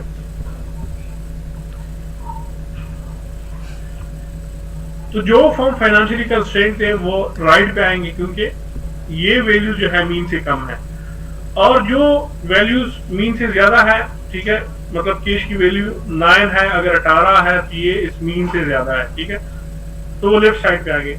अब ये जो डिवीजन मैंने की, ठीक है, अब इसमें से मसला क्या है? मसला ये है कि कुछ वैल्यूज मीन की काफी करीब है, जिस तरह for example no value basically mean से तो ज्यादा है लेकिन मीन के काफी करीब है, ठीक है। इसी तरह अगर कोई वैल्यू 7 है, बेसिकली ये मीन से तो कम है लेकिन मीन के नजदीक है, ठीक है। अब मैं चाहता हूं कि मैं क्या कर लूं, ये जो बीच की जो वैल्यूज है ये हटा दूं, ठीक है, ये 9, 8 और 7 मैं एक्सट्रीम वैल्यूज ले लूं, मतलब जो लोवेस्ट हो सबसे, और या सबसे लार्जेस्ट हो। जो सबसे ज्यादा होगी, ठीक है, वो इंतहाई रिच फॉर्म्स होंगी, और जो सबसे कम होगी वो इंतहाई पुअर या गरीब फॉर्म। अब मैंने डिवीजन अगर डमी मैंने इस तरह क्रिएट करनी है, ठीक है। हमेशा जो है आप देख ले कि आपकी डमी क्रिएशन अगर ग्रुपिंग होती है, ग्रुपिंग मीन की बेस पे नॉर्मली नहीं होती, ठीक है। वो जो मैंने किया था लास्ट टाइम उसकी वो सिर्फ आप लोग को सिखाने के लिए था कि अगर मैं डमी क्रिएट कर लूं मीन की बेस, लेकिन नॉर्मली इस तरह होता नहीं है। आपने अगर 2 ग्रुप बनाने हैं तो वाज़ेह अंदाज में करना, ठीक है, ठीक है। अब आपने करना क्या है, वाज़ेह क्या करनी है, डिवीजन करनी है कि ये मेरे पास कंस्ट्रेंट फॉर्म है, ये मेरे पास अनकंस्ट्रेंट फॉर्म, ठीक है। अब उस वाज़ेह डिवीजन के लिए फिर क्या करते हैं, आप डेटा को आप एक वेरिएबल क्रिएट करते हैं, ठीक है, जिसका नाम होता है क्वार्टाइल्स, ठीक है, जिसका नाम होता है क्वार्टाइल्स। क्वार्टाइल भी just like a dummy variable, क्या है, इट्स अ डमी वेरिएबल, ये ग्रुपिंग है, लेकिन ये डेटा को 2 से ज्यादा ग्रुप्स में डिवाइड कर लेता है, ठीक है। फॉर एग्जाम्पल अगर 3 ग्रुप में डिवाइड कर लेता है, ठीक है, तो उन ग्रुप के नाम किस तरह होते हैं? फॉर एग्जाम्पल पहले ग्रुप का नाम होता है 1, दूसरे ग्रुप का नाम होता है 2, तीसरे ग्रुप का नाम होता है 3। ठीक है, ये जो 1 वाला ग्रुप होता है जिसको हम लोअर क्वार्टाइल कहते हैं, ठीक है, इसको मीडियम क्वार्टाइल कहते हैं।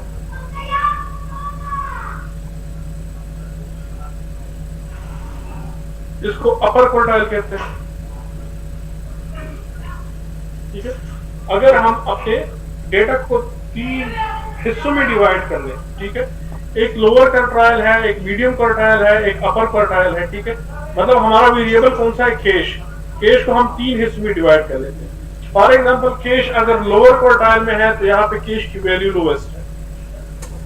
अगर कैश मीडियम क्वार्टाइल में है तो यहाँ पे इसकी वैल्यू क्या है? मीडियम है। अगर कैश हमारे पास अपर क्वार्टाइल में है तो यहाँ पे इसकी वैल्यू क्या है? हाईएस्ट।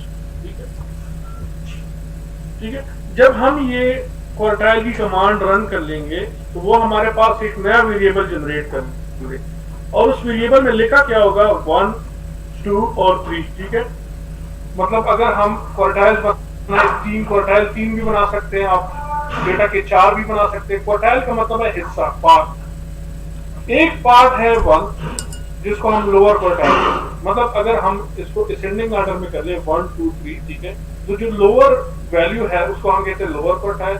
वहां पे किसी भी वेरिएबल की जो वैल्यू होती है वो लोवेस्ट होती है।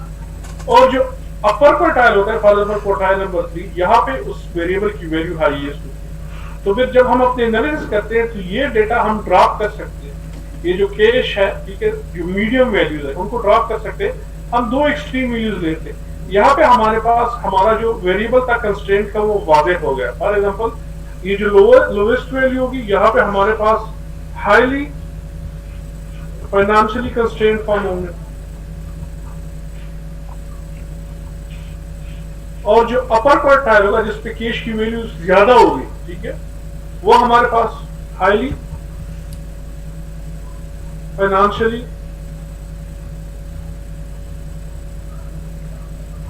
Unconstrained form.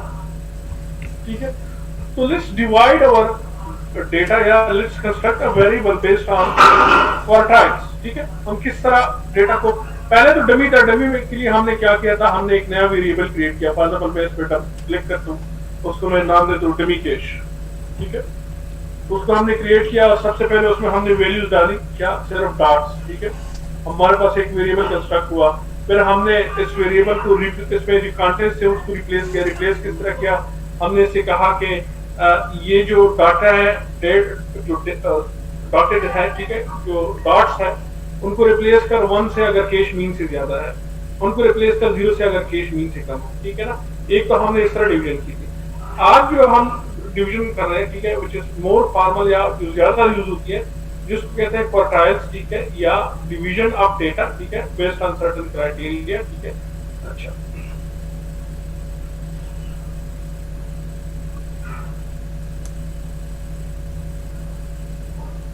क्योंकि बहुत सारा डेटा आपका मीन की इक्वल हो जाता है। फॉर एग्जाम्पल एक वैल्यू है 7, एक वैल्यू है 9, इनके बीच में जो वैल्यू है वो 8, जो डिफरेंस है वो इंतहाई कम है। ठीक है, यहाँ पे आपके रिजल्ट बायस हो सकते हैं, लेकिन जब आप वाज़ेह अंदाज में दो चीजों को डिवाइड कर लेते हैं कि this is lowest and this is largest, वो एक दूसरे से काफी दूर होती है। ठीक है, देयर इज अ पॉसिबिलिटी के फॉर एग्जांपल जो फॉर्म है जिसकी कैश की वैल्यू 7 है, ठीक है, उसको आप कंसीडर फाइनेंशियली अनकंस्ट्रेंट कर रहे हैं। ठीक है, और जो फॉर्म जिसकी वैल्यू 9 है, जो मीन 8 से 1 ज्यादा है, उसको आप फाइनेंशियली अनकंस्ट्रेंट कंसीडर कर रहे हैं, और जिसकी 8 से कम है, जो 7 है, उसको फाइनेंशियली कंस्ट्रेंट कंसीडर करते हैं। लेकिन उनके जो फॉर्म की जो मैनेजर है या वो जो इंडस्ट्री है, वहां पे जो है इस किस्म की कोई जो है क्या कहते हैं फीलिंग ही नहीं है कि हम फाइनेंशियली कंस्ट्रेंट है, क्योंकि बिल्कुल मीन के करीब है 7 और 8। ठीक है, वो वल्नरेबल सिचुएशन तो तब होती अगर ये 1 पे होता, अगर ये 2 पे होता, ठीक है, जो मीन से काफी दूर है। तो हम क्या करते हैं, जो बीच वाला डेटा है उसको नॉर्मली क्या कर लेते हैं, डिस्कार्ड कर लेते हैं। और रीजन बीइंग कि वो एक बायस डेटा है। बायस डेटा है कि एट द सेम टाइम आप किसी फर्म को फाइनेंशियली कंस्ट्रेंट कंसीडर करते हैं, लेकिन वो फाइनेंशियली अनकंस्ट्रेंट के काफी करीब होता है। अब 9 और 7 दो करीब वैल्यूज है, लेकिन अगर हम इनको दूर कर दें, एक वैल्यू 18 हो जाए और दूसरी वैल्यू 1 हो जाए, अब ये दो एक्सट्रीम है। फिर हमारे पास जो है फर्म की जो डिवीजन है वो काफी क्या हो जाती है, क्लियर हो जाती है। ठीक है, लेट्स कंस्ट्रक्ट जो है हम जो है एक वेरिएबल क्रिएट करते हैं, ठीक है, क्वार्टाइल्स का, और उसका हम नाम देते हैं एक्सटाइल। ठीक है, एक यूजर रिटर्न कमांड है, क्या यूजर रिटर्न कमांड है जिसका नाम है एक्सटाइल। ठीक है, यहाँ पे मैंने लिखा एक्सटाइल। ठीक है, मैंने करना किस चीज को है, ठीक है, मैंने किस चीज के ग्रुप्स बनाने हैं और किस बेस पे बनाने हैं, मैंने कैश के ग्रुप बनाने हैं। कैश के बेस पे मैंने 3 ग्रुप बनाने हैं फर्म के, लोवेस्ट, लार्जेस्ट और मीडियम। ठीक है, फॉर एग्जांपल मैंने इस वेरिएबल को करना है, लेकिन जो नया वेरिएबल मैंने क्रिएट करना है इसको मैं नाम देता हूं फॉर एग्जांपल कैश क्वार्टाइल्स।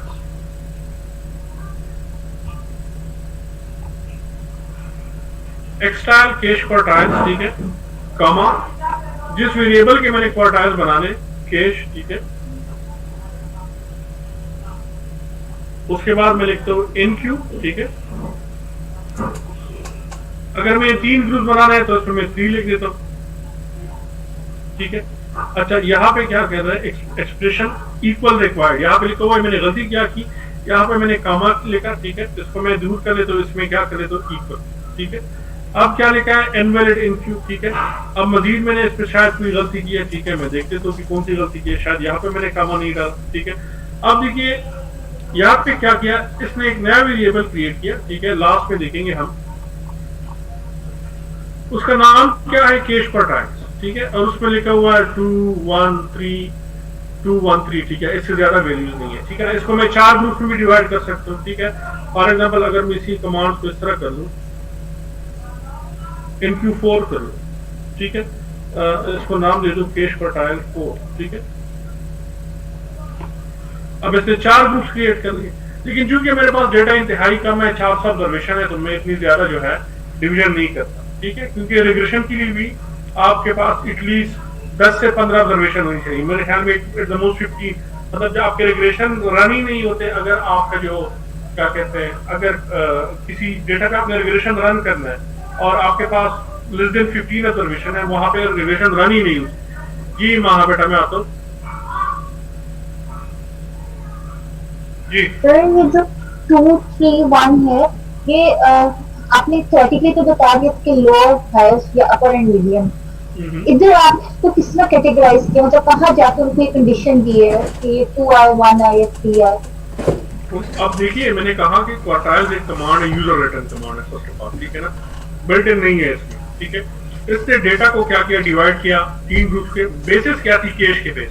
ठीक है, अब अगर इनके सामने आप कैश की वैल्यूज देखेंगे, ठीक है ना, फॉर एग्जांपल अगर आप इसको समराइज कर ले, ठीक है, मैं स्टैटिस्टिक्स में जाता हूं, समरी स्टैटिस्टिक्स। ठीक है, मैं कैश के वेरिएबल को समराइज करता हूं, मेरे पास जो कैश का वेरिएबल, ठीक है, इसको मैं समराइज करता हूं बेस्ड ऑन जो अभी मैंने 3 ग्रुप्स क्रिएट कर दिए। ठीक है,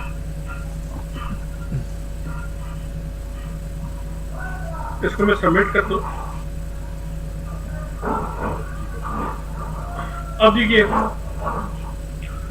पहला क्वार्टाइल 1 है जिसको हम लोअर क्वार्टाइल कहते हैं, उस पे आप कैश का, उस पे आपको उस पे आप क्या कर ले, कैश का मेन वैल्यू देके ये आ रहा है 1.88। ठीक है, विद एक्सपोनेंट 2 और 7। ठीक है, उसकी तरफ नहीं जाते, मीन क्या है 1.88।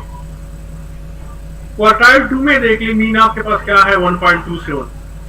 ठीक है, क्वार्टाइल 3 में देख ले आपके पास मीन क्या है 4.09। जो मैं बात कर रहा था कि जब आप 3 क्वार्टाइल्स में डेटा को डिवाइड कर लेते हैं, जो लोअर क्वार्टाइल होता है, जो वैल्यू 1 होती है, उस पे आपकी जो वेरिएबल है उसकी वैल्यू लोवेस्ट होती है।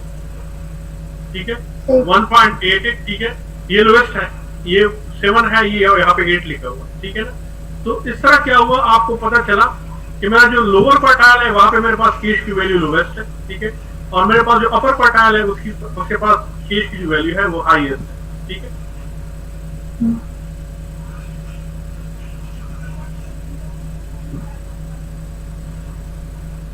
जी अभी लागत जी सर, थोड़ी सी आपकी स्क्रीन की जो वर्डिंग है इसको बड़ा कर सकते हैं, क्लियर नजर आए। स्टेटस की वर्डिंग है मेरे यहाँ पे, स्टेटस में मैं देख लूंगा, अगर हो सकता है तो मैं सर वो सेटिंग पे जाके होगी थोड़ा, कंप्यूटर की सेटिंग पे। जी कंप्यूटर की सेटिंग पे जाके होगी। कहाँ पे, जरा मुझे गाइड कर ले। ये जो टैब आपने ओपन की हुई है, इसी के आप राइट साइड पे आए, ये सेटिंग दी होती है कि जिससे आप बड़ा कर ले। वो 100 पे होता है, 150 पे होता है, 150 पे आप ये सही सारा हमें सारी सही वर्डिंग नजर आएगी।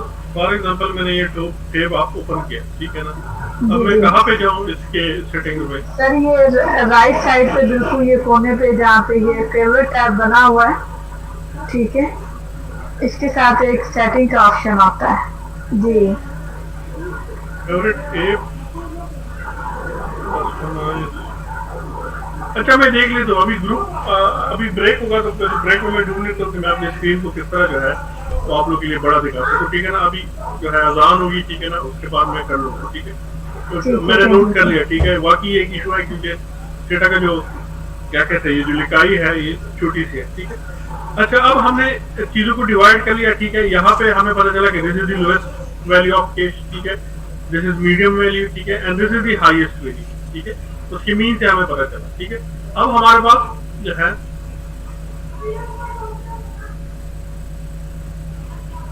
नान अहमद,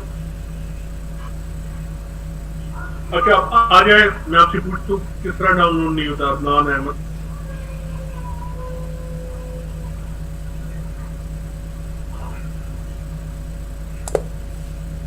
जी नान अहमद, मैं म्यूट कर रहा हूँ आपको, आप मुझे बता दें कि क्यों डाउनलोड नहीं हो रहा।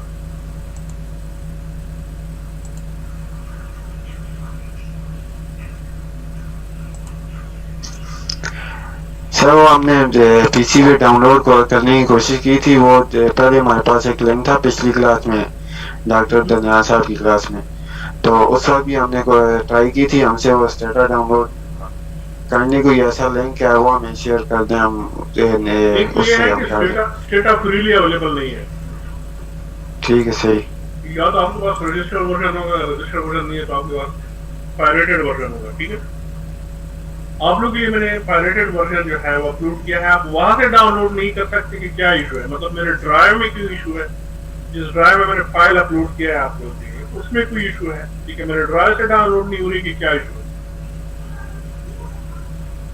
मुझे मतलब आप लोग की इशू की समझ नहीं आती कि आप जो मेरी ड्राइव है उससे डाउनलोड नहीं कर सकते, या आपकी नेट स्पीड कम है, वो जीबी की फाइल है उसको आप डाउनलोड नहीं कर सकते। मैंने आपको जो है उसको उसकी जो है इंस्टॉलेशन भी दिखा दी, इंस्टॉलेशन के अलावा उस फाइल को ओपन किस तरह करना है उसके लिए भी मैंने आपको लिंक दिया कि आप इसके लिए ये WinRAR 4.571 ये वगैरह डाउनलोड कर लें, ठीक है। ये सारी चीजें मैंने प्रोवाइड, ठीक है। फिलहाल दोनों के आप लोगों को इशू है, ठीक है। अच्छा लेट्स कंटिन्यू, ठीक है। अब मैं ये सारे एनालिसिस रन करना चाहता हूँ। आप हमारे जो बेसिक क्या थे, जो हमारा बेसिक ये जो मॉडल था, ठीक है, ये मैं दूसरी फाइल में आ गया, ठीक है। अब मेरे पास जो एक्सट्रीम 3 ग्रुप्स आ गए, ठीक है। जिस ग्रुप या जिस ऑब्जर्वेशन के सामने 1 लिखा होगा वो लोवेस्ट होगा, जिस ऑब्जर्वेशन के सामने 3 लिखा होगा वो हाईएस्ट होगा, ठीक है, और जिस ऑब्जर्वेशन के सामने 2 लिखा होगा वो मीडियम होगा, ठीक है।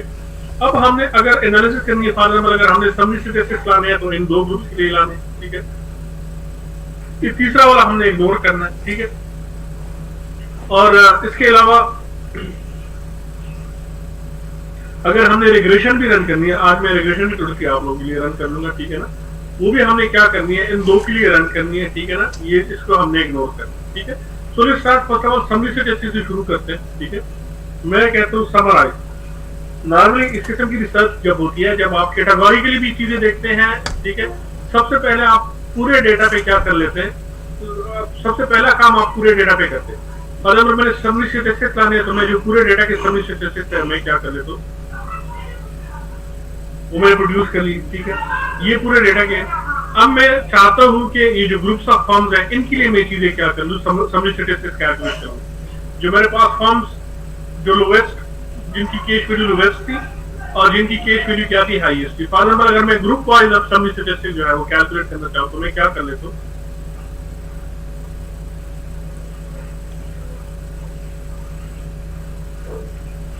मैसेज है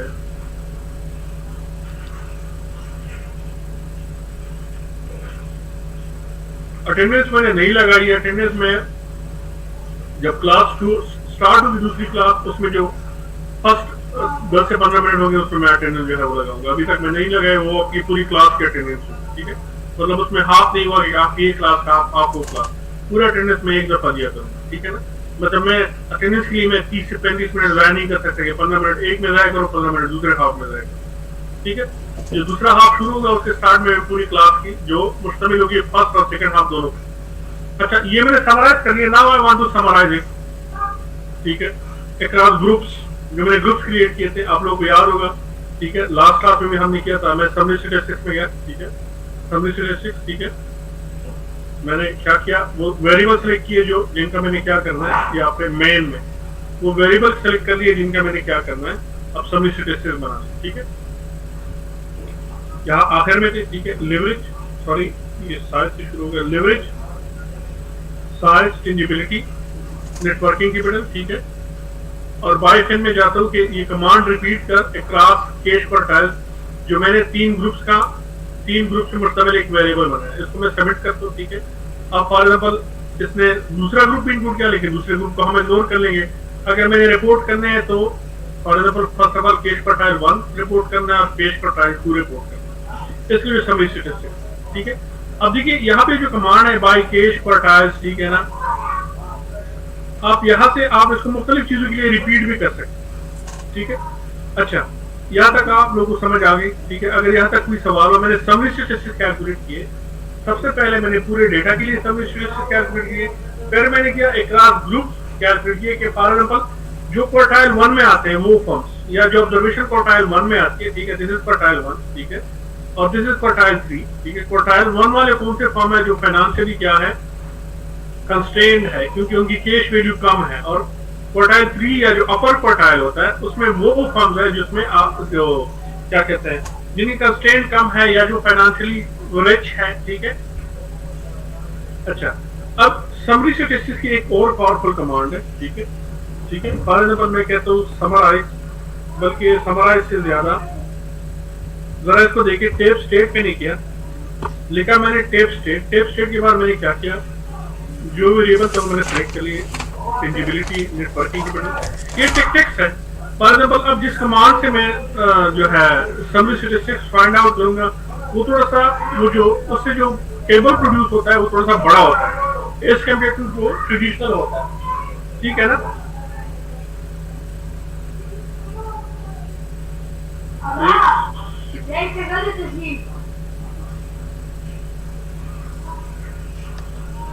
अच्छा, अब मैं थोड़ा सा चीजों को डिटेल करता हूँ। फॉर एग्जांपल मैंने लिखा tape state, leverage, size, tangibility, networking capital, ठीक है। यहाँ पे लिखता हूँ स्टैटिस्टिक्स, ठीक है। ब्रैकेट में लिखता हूँ जो स्टैटिस्टिक्स मुझे रिक्वायर्ड है। फॉर एग्जांपल मैं कहता हूँ कि मुझे मीन प्रोवाइड कर, ठीक है, मीन मैंने लिखा। मुझे मिनिमम प्रोवाइड कर, मिनिमम वैल्यू, ठीक है, कामा नहीं डालना है, ठीक है, मिनिमम वैल्यू, ठीक है। मैं उसे कहता हूँ मैक्सिमम वैल्यू, मैक्सिमम वैल्यू के अलावा मुझे स्टैंडर्ड डिविएशन, स्टैंडर्ड डिविएशन के अलावा मुझे काउंट, जो नंबर ऑफ ऑब्जर्वेशन है, ठीक है। इसके अलावा मुझे कहता हूँ, मैं उसे कहता हूँ कि मुझे परसेंटाइल 25, ठीक है। मैं पूरा समझाता हूँ कि परसेंटाइल 25 क्या है। मैं उसे कहता हूँ परसेंटाइल 50, उसे मैं कहता हूँ कि परसेंटाइल 75, ठीक है। इनकी भी वैल्यूज दे दें। मैं जरा आपको समझाता हूँ कि बेसिकली क्या है क्या, और मैं इसको ओके करता हूँ, ठीक है। यहाँ पे मैंने एंटर कर लिया। अच्छा, अननोन स्टैटिस्टिक्स, ठीक है, एक मिनट, यहाँ पे मैंने स्पेस दिया है 375, ठीक है। इसको मैं कम करता हूँ, ठीक है। देखिए अब आपके पास थोड़ा सा जो है एक ऑर्डर में एक क्या कहते हैं टेबल आया, ठीक है ना। इसमें मैंने 2-3 चीजें ऐड की, ठीक है, बल्कि तीन चीजें ऐड की, एक P20 था, एक P50, एक P75, इसमें आप मुख्तलिफ चीजें ऐड कर सकते हैं, ठीक है। P25 क्या है, परसेंटाइल का क्या मतलब होता है, ठीक है। अगर मैं कहूँ कि परसेंटाइल 1, इसका मतलब है अगर डेटा को मैं 100 हिस्सों में डिवाइड कर दूं तो उसका पहला हिस्सा। इसी तरह अगर यहाँ पे लिखा हुआ है परसेंटाइल 25, ठीक है, 25, इसका मतलब है अगर आपकी 100 ऑब्जर्वेशन है तो उसमें जो 25 ऑब्जर्वेशन है उसकी वैल्यू क्या है, ठीक है। इस तरह यहाँ पे लिखा हुआ है P50, अगर आपका डेटा 100 है तो उसमें जो 50th ऑब्जर्वेशन है उसकी वैल्यू क्या है। इस तरह आपका डेटा अगर P75 है उसकी अगर आपका डेटा 100 हिस्सों का है तो उसमें 75वां हिस्सा है, उसमें लीवरेज की वैल्यू क्या है, ठीक है। तो दिस इज एडिशनल, और ये रिक्वायर्ड होता है कुछ रिव्यूअर्स फॉर एग्जाम्पल, कुछ पेपर जहाँ पे आप देखते हो कहते हैं कि मुझे अपने डेटा के खसूसियात जरा तफसील से बता दें, ठीक है। तो कभी कभी ये रिक्वायर्ड होता है कि आप इसमें एडिशनल डिटेल डालें, तो उसकी एक पावरफुल कमांड है जिसको कहते हैं टैब स्टेट, ठीक है। इसमें मैं मजीद चीजें भी डाल सकता हूँ, फॉर एग्जाम्पल मैं इसमें मीडियन भी डाल सकता हूँ, मैं मीडियन लिख दूँ, ठीक है। जस्ट फॉर दी सेक आपके आप लोगों के पास एक और चीज भी है, ठीक है, जिसको हम टैब स्टेट कहते हैं, ठीक है। अब इसी टैब स्टेट को मैं जिस तरह मैंने दूसरे समरी सेट से कैलकुलेट किए, ठीक है, और वहां पे मैंने क्या किया था, ये एक कमांड करते हैं, ठीक है, उसके बाद जो है नमाज की ब्रेक करते हैं, ठीक है। यहाँ पे मैंने कहा था जब पहले मैं समराइजेशन कर रहा था कि केश क्वार्टाइल्स कैलकुलेट कर अक्रॉस जो मैंने सॉरी समरी सेट से कैलकुलेट कर अक्रॉस जो केश क्वार्टाइल्स मैंने 3 क्रिएट किए, ठीक है। यही कमांड मैं यहाँ भी रिपीट कर सकता हूँ। फॉर एग्जाम्पल यहाँ पे टैब स्टेट की कमांड थी, ठीक है, इसके साथ मैंने लिखा बाय बड़ा इंपॉर्टेंट कमांड है। ये आया कहाँ से है, ये यूजर इंटरफेस से आया था। यूजर इंटरफेस कहा था यहाँ पे मैंने समरी स्टेटिस्टिक कैलकुलेट किए थे, ठीक है। समरी स्टेटिस्टिक जब मैं कैलकुलेट कर रहा था तो यहाँ पे मैंने इसको कहा था कि इसको ये समरी स्टेटिस्टिक कैलकुलेट कर, लेकिन अक्रॉस दीज ग्रुप्स जो केश क्वार्टाइल बने, ठीक है। यहाँ पे मैं क्या करता हूँ, यहाँ पे जब मैंने कमांड रन किया यूजर इंटरफेस से, वो यहाँ पे भी आ गया, ठीक है ना।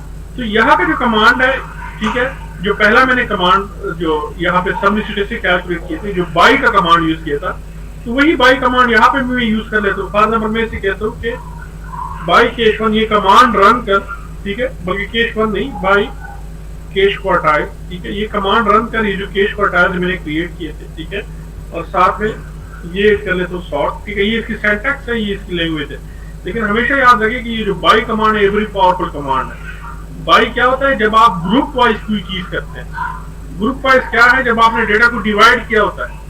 यहाँ पे मैं इसे कह रहा हूँ कि ये सारी चीजें कैलकुलेट कर, लेकिन बाय केश क्वार्टाइल्स, जो मैंने केश क्वार्टाइल्स के नाम से जो वेरिएबल क्रिएट किया है, ठीक है। अब मैं इसको एंटर करता हूँ, ठीक है। अब आपके पास पहले ग्रुप के जो पहला ग्रुप जो था जो लोएस्ट क्वार्टाइल था, उसकी वैल्यू आ गई, फिर दूसरा ग्रुप आ गया, फिर तीसरा ग्रुप आ गया, ठीक है।